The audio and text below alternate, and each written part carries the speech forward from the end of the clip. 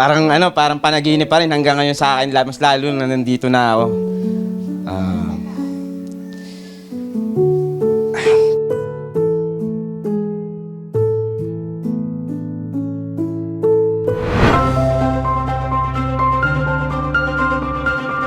Excited na po ba kayo dito po sa bago ninyong bahay? Opo. Masaya, masaya. Okay. Sige po, tara po, tignan na natin ang loob. Wow! This person na nakapulot, ibabalik na po sana namin sa kanya ito. So sabi niya, ibigay nyo na lang yan kung sinong karapat-dapat na mabigyan ng donation na yan. And here comes si Sir Edison Reyes. Sir Edison, humingi kayo ng tulong para makauwi sa probinsya Opo, sir. Opo. at mabili ng school supplies at groceries ang kanya pong 3 anak. Opo, sir. Para may tulong din ako sa iyo, tatapatan ko tong 18,000. Nakita po namin yung bahay nila na gano'ng talagang sako-sako lang po ang nakatrapal. Ay sus, ano po yan? Nakikita na kayo sino po mayroon ng lupa. Kamag-anak po ni nanay po. Sir Edison, bibiling ko na yung lupa. Maraming Patatayan ko pa ng bahay. Okay. Maraming salamat. 18,000 Keral Po, sir. plus itong 50,000 plus bayat lupa akin. Maraming salamat po, sir. At kung ano yung trabaho, negosyo doon na pwede niyong palaguin.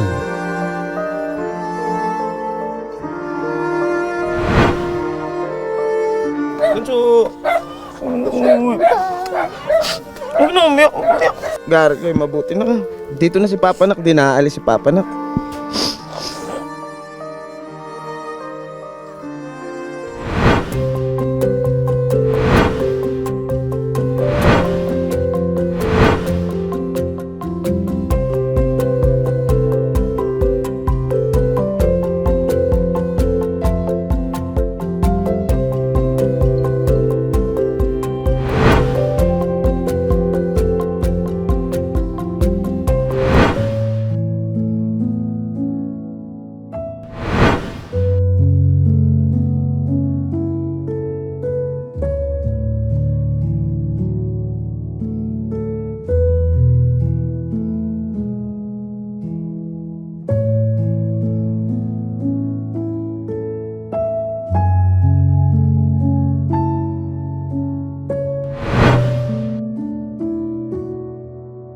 So sir, ano po ang ginawa ninyo doon po sa 36,000 po na ibinigay sa inyo?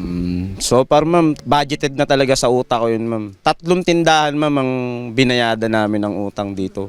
Bumili na din ako ng gasol, tangke. Yung tangke na may laman. Basta lahat, ma'am, brand new. Miski yung mga ginagamit na yan. Tsaka yun, yung malit na component na yun. Para lang kahit papaano may mapaglibangan din mga bata makapakinig ng music.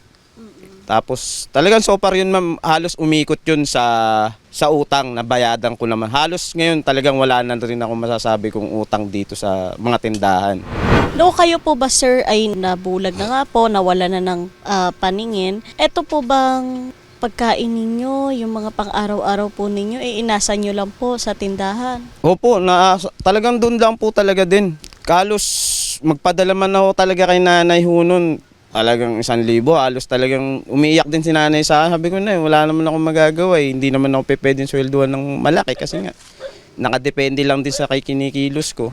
Sir Edison, gaano po kahirap itong sitwasyon nyo ngayon kasi kayo po ay iniwan ng inyong misis and at the same time meron po kayong 3 anak na maliliit pa tapos kayo po ay hindi na rin makapagtrabaho dahil nga po kayo po ay nabulag na.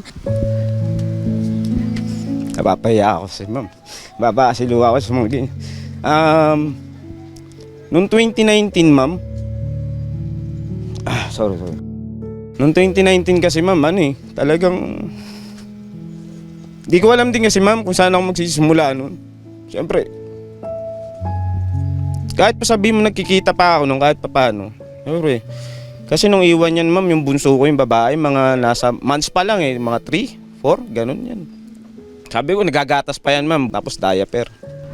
Napansin ko talaga nung pagpasok pa lang ng July, sabi ko, parang kaiba na. Parang pababa ng pababaeng liwanag eh. Nung mata ko wala akong halos dumidilim ng dumidilim.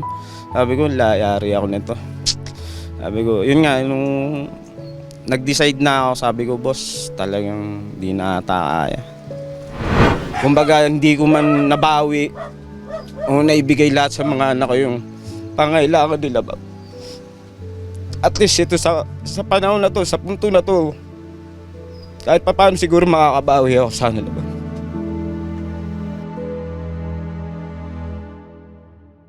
Ano po ba yung last na mga itsura ng mga anak mo na natatandaan po ninyo? Tatandaan ko dati, ma'am, yung bunso ko, nipis ng buhok talaga niyan, ma'am eh.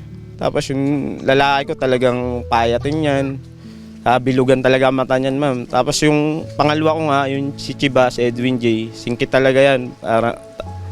Ano siya talaga. Tapos mahilig siyang, magana siyang kumain. Yun na lang yung mga natatandaan ko sa, kumbaga nakakapaw na lang sila, nahawakan ko na lang sila. Hanggang doon na lang talaga, ma'am.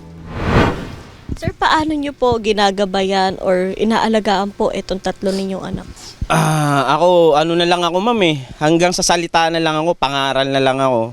Habang bata pa kayo, sinasabi ko na kung ano yung tama at mali para sa inyo. Alam nyo na, para kung sakali, mawala man ako sa tabi ninyo, may maiwan ako sa inyo. Alam nyo, ayan, pagkilos sa bahay, number 1, basics. Siyempre, para kahit saan kayo mapunta, makitirahan kayo, makituluyan kayo. Alam ninyo yung kikilusan ninyo. Sa mga anak ko talaga, masasabi ko lang talaga, wala nang sasakit na sa nangyari sa buhay ko. Gusto ko makapagtapos kayo ng pag-aaral. Hanggang college.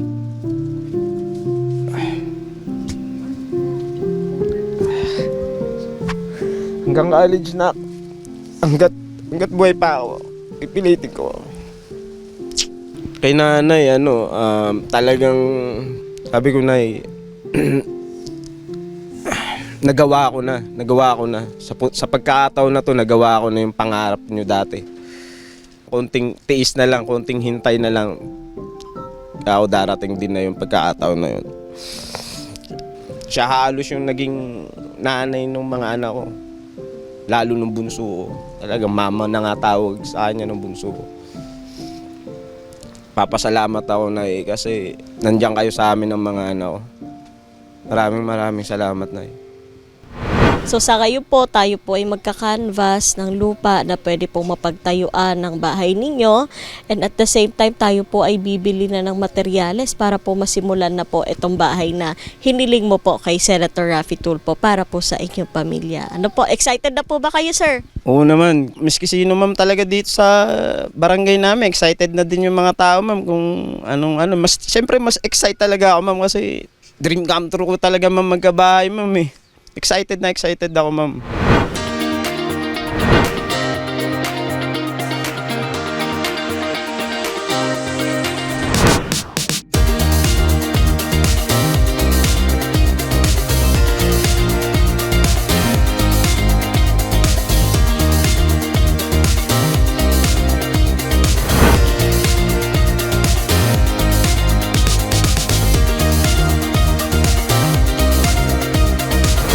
Katulad na napag-usapan namin nung nagpunta siya rito, kami naman ay nakahandang tumulong sa kanya sa pagbili ng lote. Ang ginawa natin, humingi tayo ng tulong sa barangay para mag-identify sila ng bibilhin lote. Ang sabi ko sa kanila, hindi basta lote, kundi yung maayos ang papeles at para mabayaran natin. Kasi ang ibibili natin dyan, pondo ng munisipyo.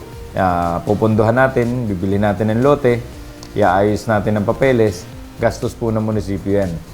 Maraming salamat po sa pakikipagtulungan po sa aming programa, Mayor. And syempre, lubos po kami nagpapasalamat na kayo po ay handang-handang tumulong po dito po sa inyong kababayan.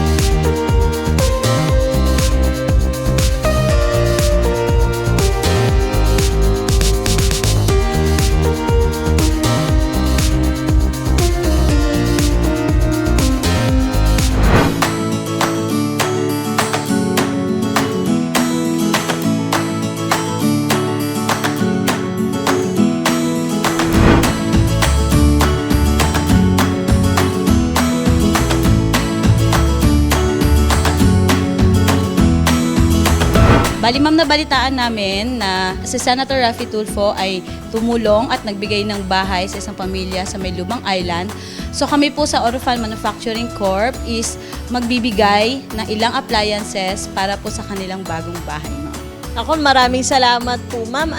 At alam naman po namin na itong Orofan po ay sobrang tibay at sobrang makakatulong po dito sa pamilya po na ating paghahandugan. Yes, ma'am.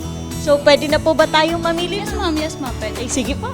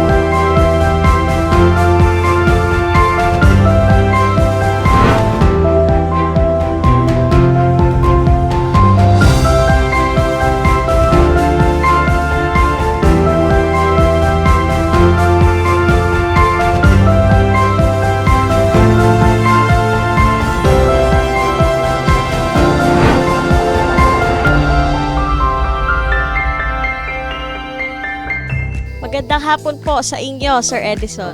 Alam niyo na po siguro kung bakit po kami bumalik dito po sa Lubang. So far naman, oo, kasi binatawang pangako ni Senator Raffy. Hindi ko lang talaga, baba talaga luha ko, ma'am, pag ito eh. Yung nagdaang bagyo talaga, I'm sure, ma'am, talagang kung makikita mo yung sitwasyon talaga ng tinutuluyan namin.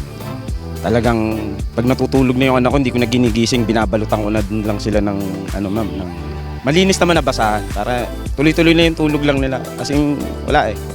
Sabi ko, kapit lang, taste lang. Sabi ko, darating din. Excited na po ba kayo dito po sa bago ninyong bahay? Opo! Sige po, tara po, tignan na natin ang loob.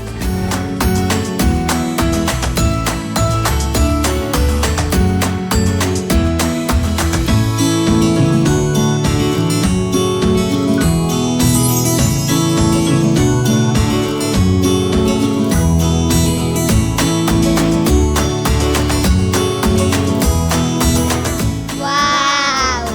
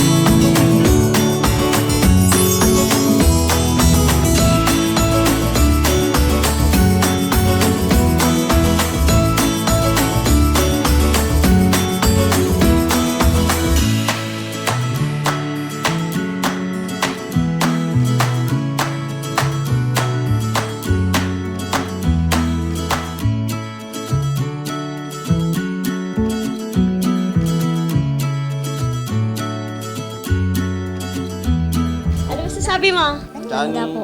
Maxine, ano masasabi mo? Nakita nyo na itong loob ng bahay nyo? Wow! Wow! Eh, yung mga gamit naman, ano yung mga nakikita mong gamit ngayon? Maganda po. Ano yung pinaka-favorite mo na gamit? TV. TV! Mahilig ka ba manood? Po. O ayun, maganda na yung TV ninyo. Ano masasabi mo kay Senator? Thank you po. Okay, bali ito yung kwarto ni Maxine at ni Lola. Ang kwarto ng mga girls. Ayan.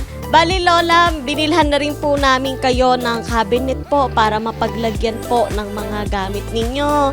Ay masayang-masaya nga po at nagkamayroon kami ng ganito na hindi ko akalain. Saan ka matutulog, Maxine? Sa taas po. Sa taas. Okay. Maraming nga po salamat. Hanggang po ako nabubuhay, hindi ko po makakalimutan si Idol. Idol, salamat po ng marami sa inyo. Hanggang nabubuhay po ako, hindi ko po kayo makakalimutan, Idol. Ang kwarto po ng mga lalaki. Okay? Sige po. Open na natin. Maganda ba, Kirby? Opo. Saan hihiga si Kirby? Sa taas. Okay. Ito pong kwarto. Double deck po ito. So, ang mga bata po sa taas at kayo po ang nasa baba. So, yung nasa kanan po ninyo, andito na po ang CR. Oo, ito. Apo, ayun ang CR. At binilhan na rin po namin kayo, sir, ng cabinet po para paglalagyan ng inyo pong mga gamit. Talagang wala akong mapaglagyan ng tuwa. Sobrang galak, happy. Talagang masasabi ko, isa na siguro ako sa milyong-milyong tao na talagang nabiyayaan ng ganito. Sobrang laki na hindi ko naman nakalain. Siyempre, pumila lang naman ako. Blessing. Kumbaga, parang panaginip pa rin hanggang ngayon sa akin, mas lalo na nandito na ako, na talagang parang dream come true ko talaga to nung paman. Meron po tayong sofa set, dining set, tapos meron din po tayong dish rack na meron na rin pong mga plato, kutsara, baso. Meron din pong ibinigay na appliances itong Orofan. Isa pong electric fan, blender, microwave oven, at saka yung stove po gagamitin ninyo, and washing machine po para hindi na rin po kayo mahirapan na maglaba po. Malambot ba yung kutsyon? Opo. Masaya ka? Opo. Makakatulog ka na mahimbing? Opo.